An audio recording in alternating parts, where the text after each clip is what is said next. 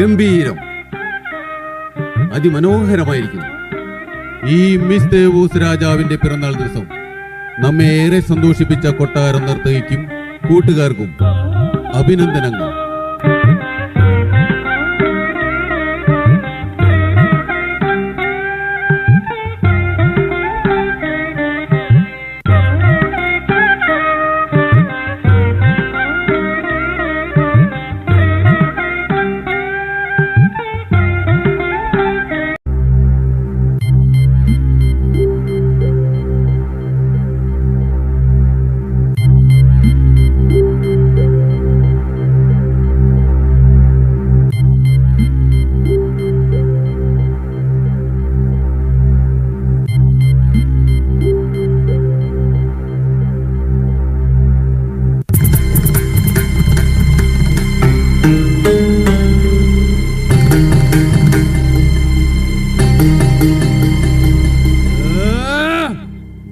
എന്താണ് ഈ കേൾക്കുന്നത് മന്ത്രി? നമ്മുടെ പ്രജകളൊക്കെ വഴിതെറ്റുപോയോ? നമ്മൾ സംശയിച്ചത് ശരിയായിരുന്നു മഹാരാജൻ. ആ മാന്ത്രികൻ തോമസ്, അവൻ കടപ്പുറത്തുള്ളവരെ മുഴുവൻ അവന്റെ ദൈവത്തിലേക്ക് അടുപ്പിക്കുകയാണ്. അവരെല്ലാം ഇപ്പോൾ ആരാധിക്കുന്നത് അവന്റെ ദൈവത്തെയാണ്. പാടില്ല, പാടില്ല. കുലദൈവങ്ങളെ നമ്മുടെ രാജ്യത്തെ ജനം മറന്നുകൂടാ. ഞാനത് പലതവണ പറഞ്ഞു നോക്കി മഹാരാജൻ.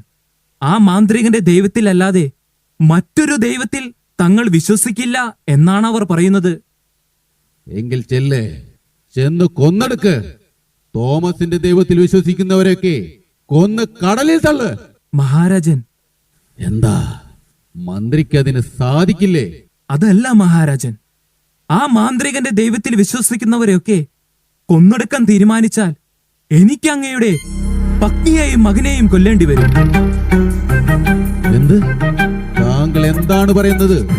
അതെ മഹാരാജൻ, അങ്ങയുടെ പത്നിയും മകനും ഇപ്പോൾ ആരാധിക്കുന്നത് ആ മാന്ത്രികന്റെ ദൈവത്തെയാണ്.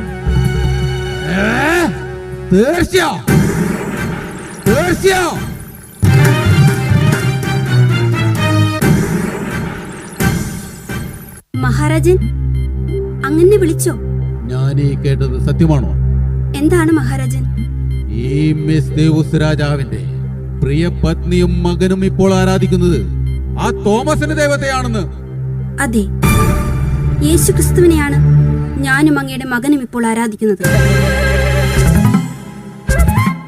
അങ്ങ് കേട്ടിട്ടുണ്ടോ യേശു ക്രിസ്തുവിനെ കുറിച്ച്? ദരിദ്രനെ പോലെ ഒരു പുൽത്തൊഴുത്തിൽ ജന്മമെടുത്ത ദൈവത്തിന്റെ പുത്രൻ, ഈ ലോകത്തിലെ മനുഷ്യരുടെ പാപങ്ങൾ നീക്കാൻ വന്ന ദൈവത്തിന്റെ കുഞ്ഞാട്. അവന്റെ സ്നേഹവലയത്തിൽ നിന്ന് അവൻ ആരെയും മാറ്റി നിർത്തിയില്ല. മറ്റുള്ളവരുടെ സങ്കടങ്ങളിൽ വേദനിക്കുന്നൊരു മനസ്സവനുണ്ടായിരുന്നു. വിശന്നു വലഞ്ഞവർക്ക് അവൻ അപ്പം നൽകി പോറ്റി. ഒരുപാട് രോഗികൾക്ക് അവൻ സൗഖ്യം നൽകി. പക്ഷേ ചെയ്യാത്ത കുറ്റത്തിന് റോമാ സാമ്രാജ്യം അവന് ശിക്ഷ വിധിച്ചു. ഒരു യേശു ക്രിസ്തു. ബാക്കി കഥ ഞാൻ പറയാം മഹാരാജൻ.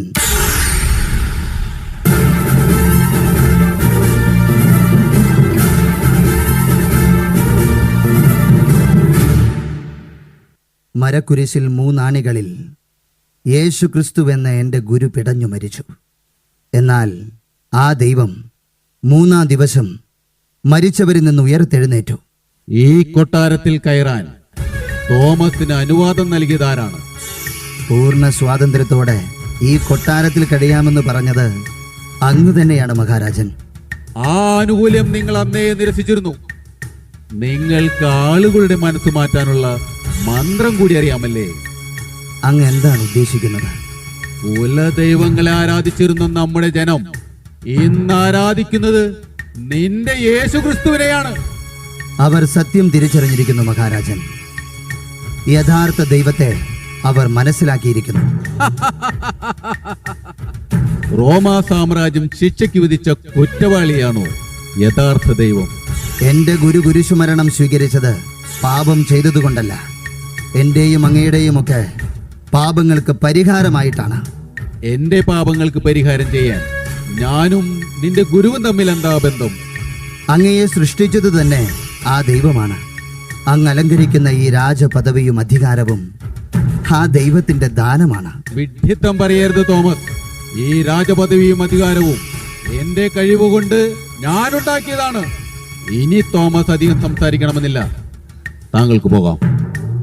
യഥാർത്ഥ ദൈവത്തെ തിരിച്ചറിയാൻ അങ്ങേക്കും സാധിക്കട്ടെ എന്ന് ഞാൻ പ്രാർത്ഥിക്കുന്നുണ്ട് മഹാരാജൻ. ഞാൻ ഇറങ്ങുന്നു.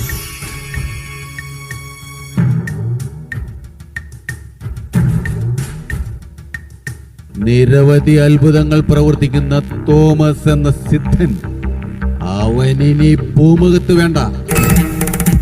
അരുത്, അരുത് മഹാരാജൻ. അദ്ദേഹത്തെ കൊല്ലരുത്. അങ്ങത് ചെയ്താൽ തോമസിന്റെ രക്തത്തിന് നമ്മുടെ തലമുറകൾ കണക്ക് പറയേണ്ടി വരും. മഹാറാണി അന്തപുരത്തിലെ കാര്യങ്ങൾ അന്വേഷിച്ചാൽ മതി.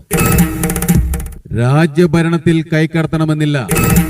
മഹാരാജൻ, അകത്തേക്ക് പോകാം. മന്ത്രി, എന്താണ് ചെയ്യേണ്ടതെന്ന് പറഞ്ഞു തരേണ്ടല്ലോ. നാമാണ് അതിനു പിന്നിലെന്ന് ആരും അറിയരുത്. ഡിദിമോസ് എന്ന തോമസ്